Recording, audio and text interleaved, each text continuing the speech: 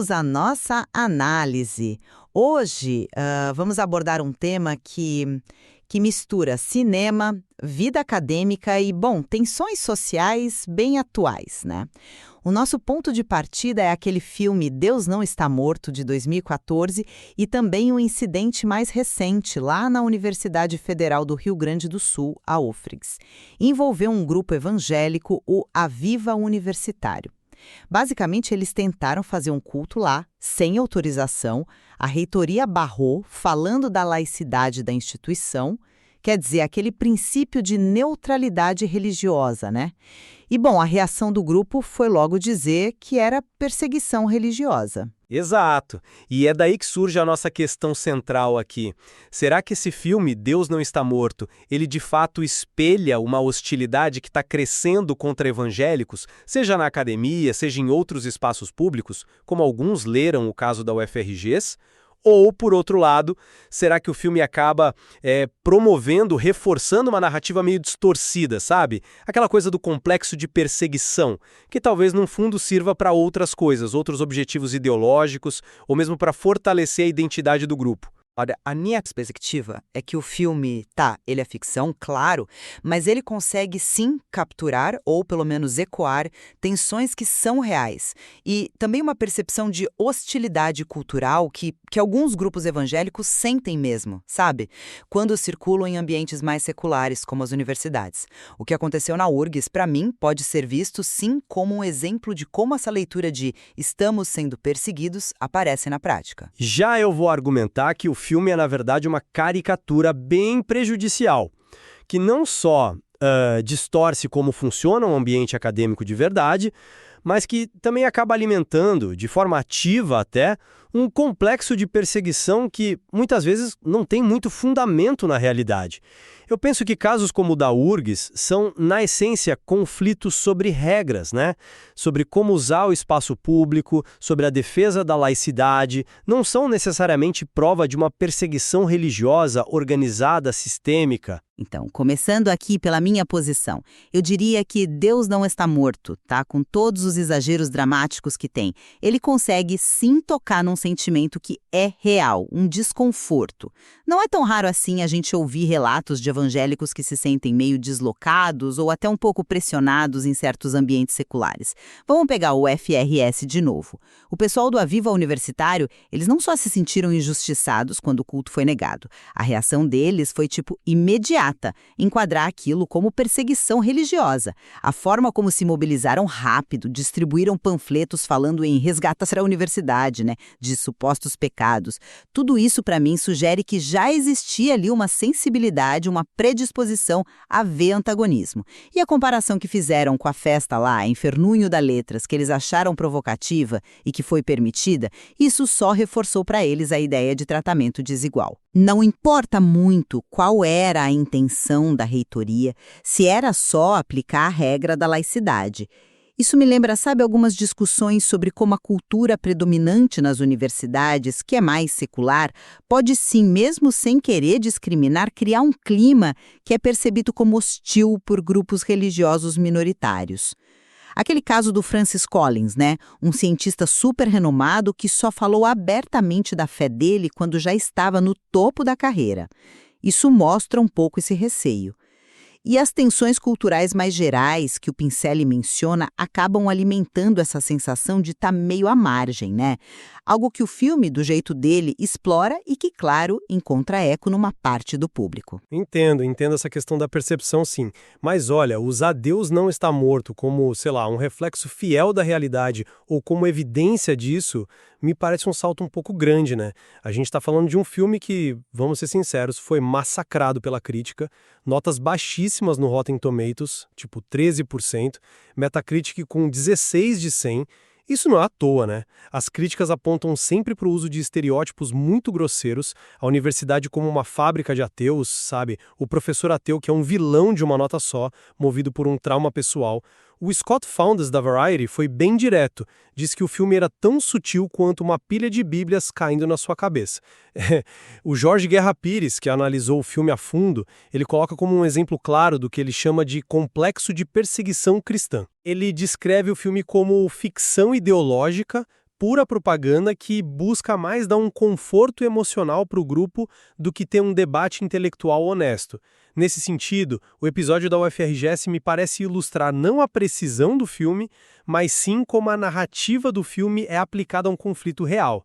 A reitoria, veja bem, agiu com base em regras claras sobre o uso do espaço, no princípio constitucional da laicidade. A reação do grupo, essa de acusar perseguição, usar a comparação com a festa como uma tática retórica, quase como se eles buscassem o conflito para validar essa narrativa, né? Isso parece espelhar exatamente a lógica de vítima que o filme promove. Autores como o Pincelli e o Wilkinson, quando analisam o contexto lá nos Estados Unidos, eles apontam frequentemente para um certo exagero nessa narrativa de perseguição, embora, claro, não neguem que existam tensões reais. Eu reconheço as críticas, sim, sobre a qualidade, a abordagem do filme.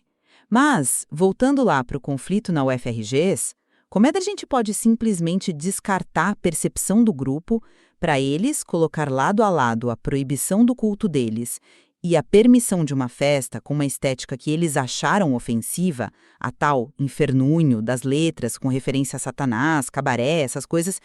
Isso fez a decisão da reitoria parecer, aos olhos deles, direcionada e injusta. Isso alimentou a sensação de perseguição, entende? Você argumenta que foram regras neutras, mas o impacto percebido pode ser, sim, de exclusão, principalmente se a gente pensar no contexto maior das guerras culturais que o Pincelli descreve.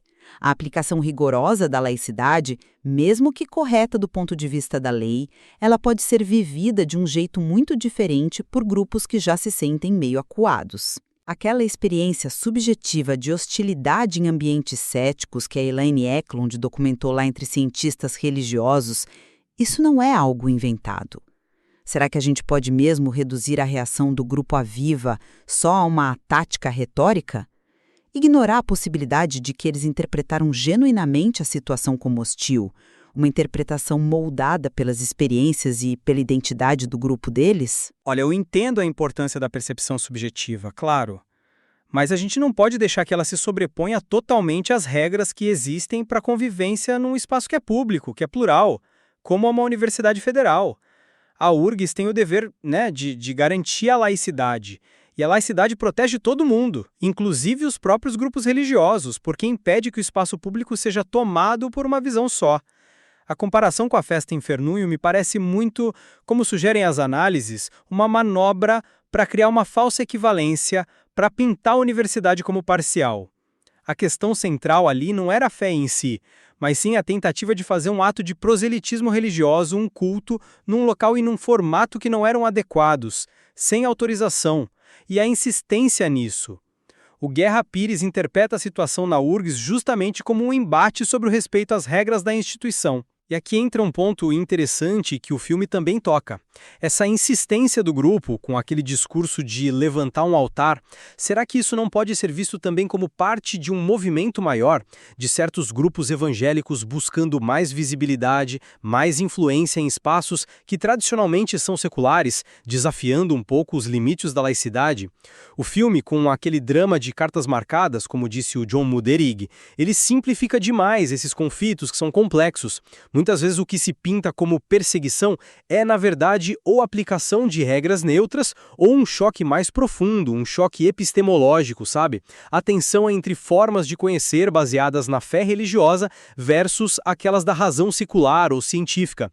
E a retórica da perseguição acaba escondendo essas questões fundamentais sobre convivência e sobre o próprio conhecimento. E essa questão da representação no filme ela é crucial para a gente entender por que ele é tão problemático e por que ele acaba fomentando essa narrativa distorcida.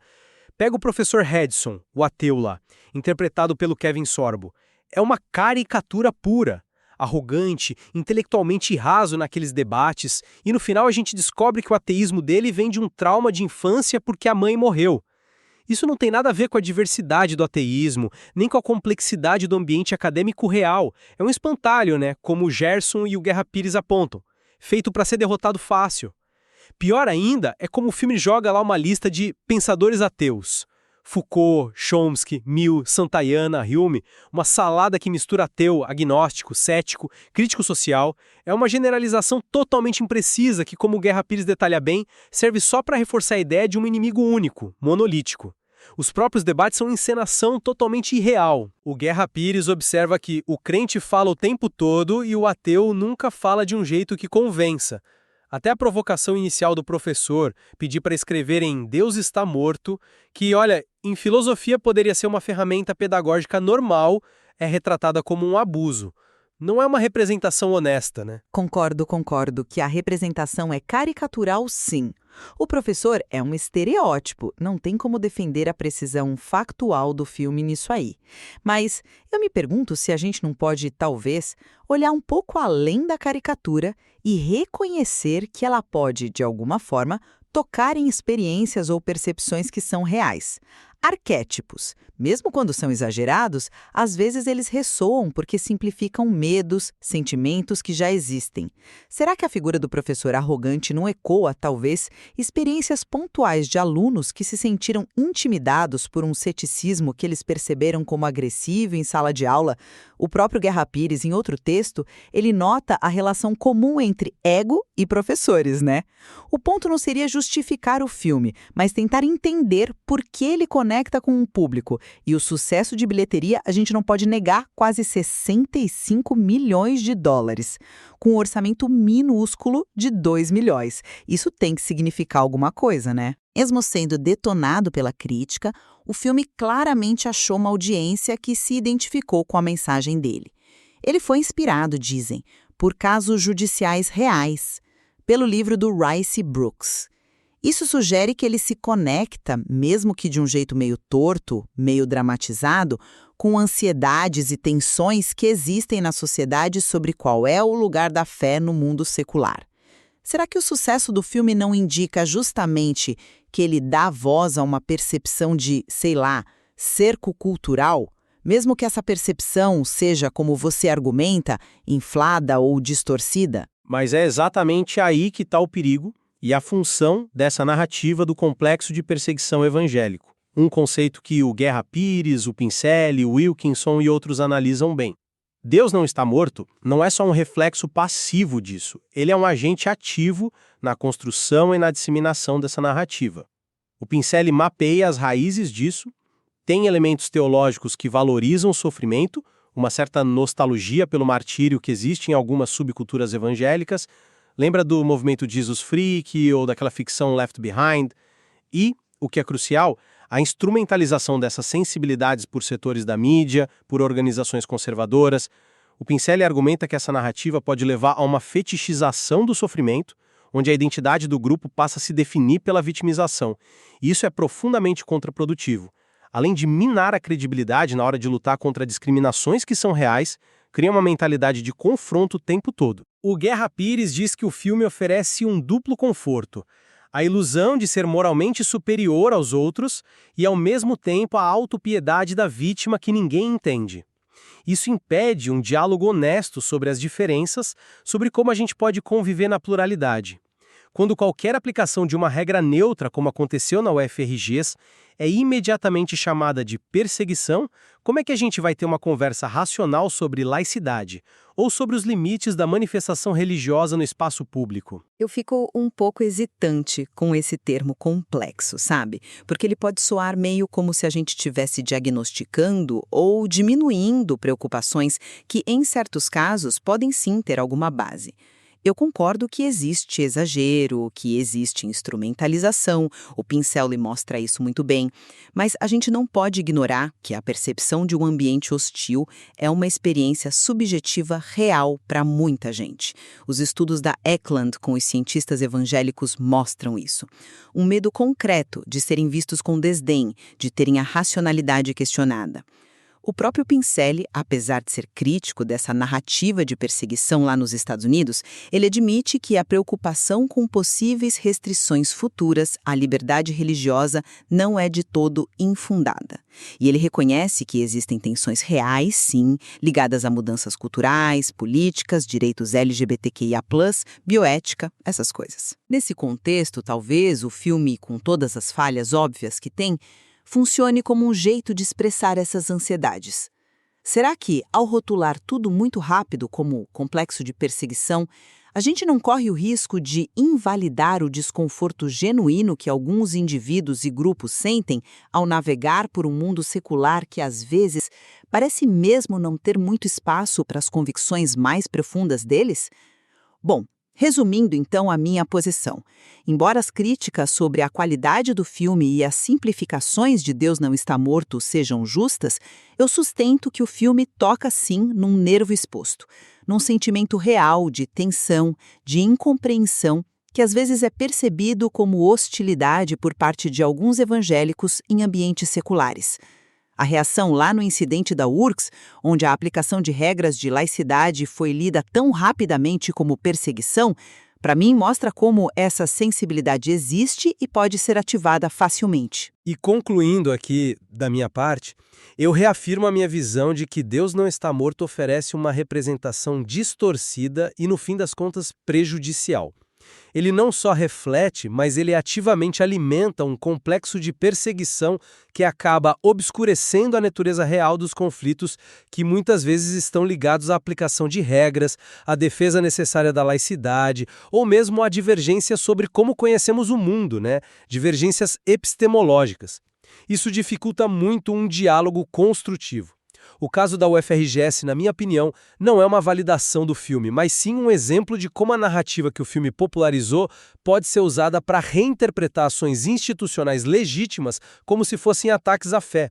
Isso pode até servir a uma agenda de buscar maior presença religiosa em espaços públicos. Divergência ideológica ou epistemológica e o que é discriminação religiosa de fato é uma tarefa complexa, bem delicada.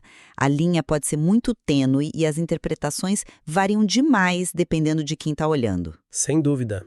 E isso só reforça a importância da gente fazer uma análise crítica, não só dos eventos em si, mas também das narrativas culturais, como a do filme, que acabam moldando a nossa compreensão desses eventos e influenciando a dinâmica social.